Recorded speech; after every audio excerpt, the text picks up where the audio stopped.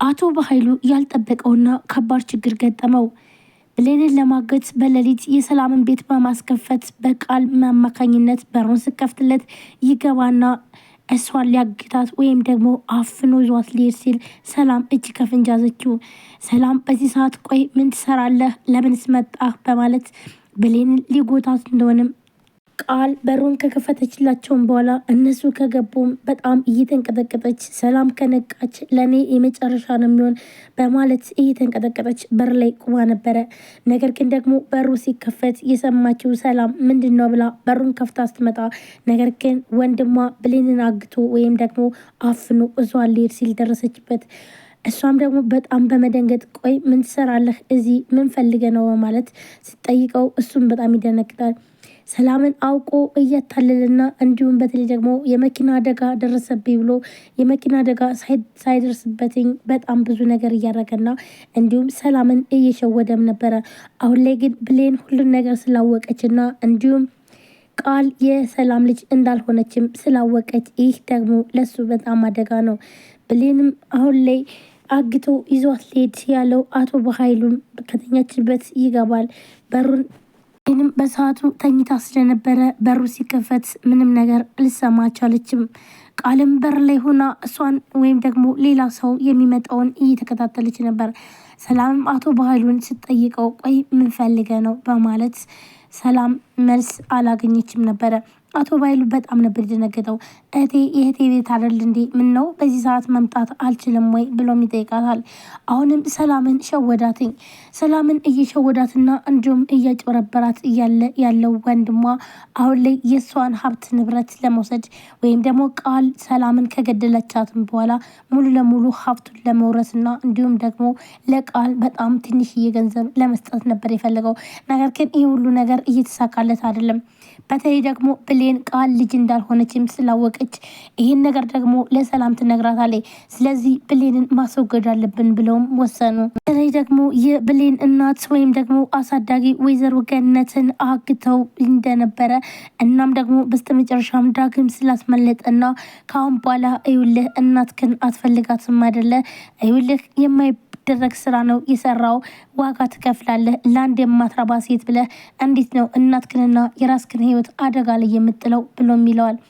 የፈለግከውን ነገር ማድረግ ትችላለህ፣ ብሌንን ግን ምንም ነገር እንዳትነካትኝ፣ መንካትም ደግሞ አስችልም፣ በብሌን ከመጣህ አለቅህም በማለት ይለዋል። እሱን አሳይሃለሁ በማለት እንደፎከረውም ቤት ድረስ በመግባት ነበረ ብሌንን ሊያግቷት የነበሩትኝ። ነገር ግን ደግሞ ቃልም እየፈራችም ስለነበረ ይህ ደግሞ አልተሳካላቸውም። በኃይሉ የብሌንን እናት አስወግዳትኝ በማለት ከዚህም በፊት ሲጠይቀው እንደነበርና እንዲሁም ደግሞ ይህ ሁሉ ነገር እኮ የብሌን አሳዳጊ ብትወገድ ኑሮ እስከ ዛሬ ድረስ ይህ ሁሉ ችግር አይመጣብንም ነበር በማለት አብሮት የሚሰራውንም ሰው በጣም ይጣለዋል።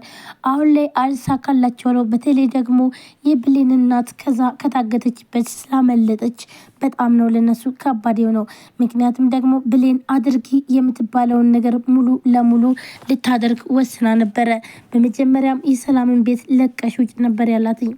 ያንንም ተስማምታ እናቴን ምንም ነገር እንዳታደርጉብኝ እንጂ እኔ ስራዬን በገንዛ ፍቃዴ ለቅቄ እወጣለሁ ብላም ከዛ ስራ ልትወጣ ስትል በር ላይ እንዳለ ዳግምና እንዲሁም ደግሞ ወይዘሮ ገነት ወይም የብሌን አሳዳጊ ነበር በር ላይ መጡ።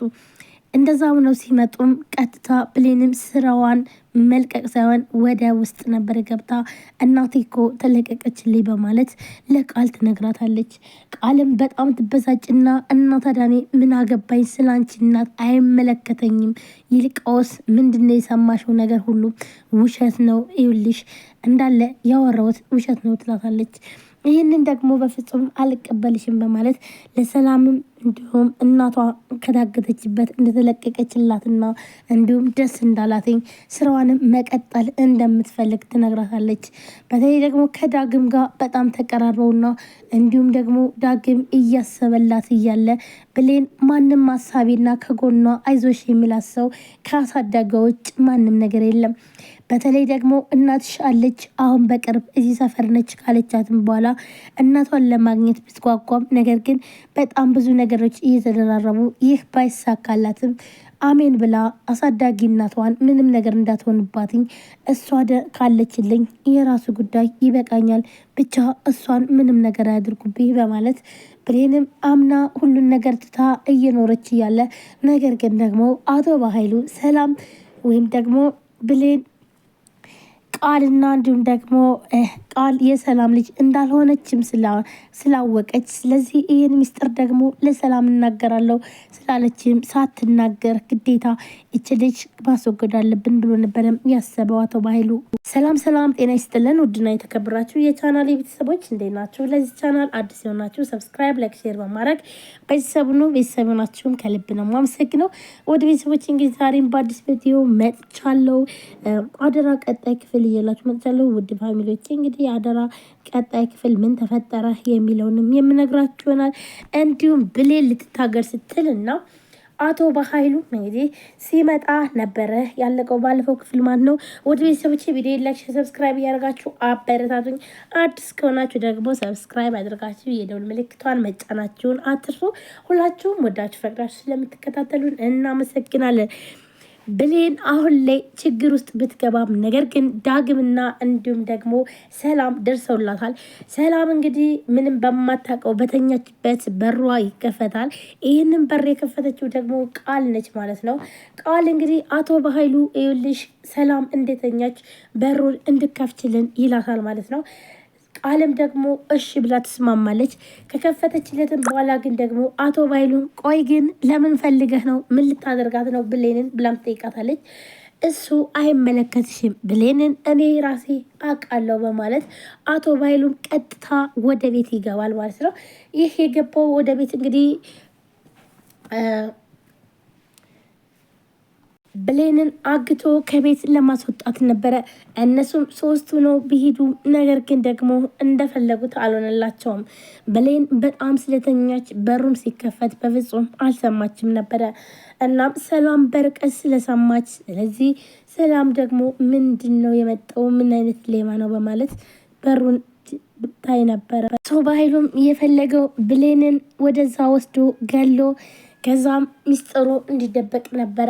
ነገር ግን ደግሞ ብሌን ከሄደች ሁሉንም ነገር እንደማታውቅና ወይም ደግሞ ቃል ለጓደኛዋ ሰላም እናቷ እንዳልሆነች እና ነገር ግን ደግሞ ለብር ብላ እዚህ ጋር ሰላምን ገላ ብሯን ልትወርስ የሰላምን ሀብት ንብረት ከወረሰችን በኋላ አቶ በኃይሉን ችግር ውስጥ ለማስገባት እንደፈለገችና እንዲሁም ደግሞ የበኃይሉ በጣም ከባድ መረጃ እጇ ውስጥ እንዳለና በዛ አስፈራርታ እሱን ሙሉውን ገንዘቡን ለራሷ እንደምታደርግና እንዲሁም ደግሞ አቶ በኃይሉንም ከጨዋታ ውጭ እንደምታደርገው ስታወራ ነበረ ብሌን የሰማች። ብሌን ደግሞ እንግዲህ ሰላምን እገላታለሁ ስትል በጣም ትደነግጥና መኝታ ቤቷ ገብታ ታለቅሳለች። ቆይ ግን ቃል ለካ የሰላምና ልጅ አይደለችም።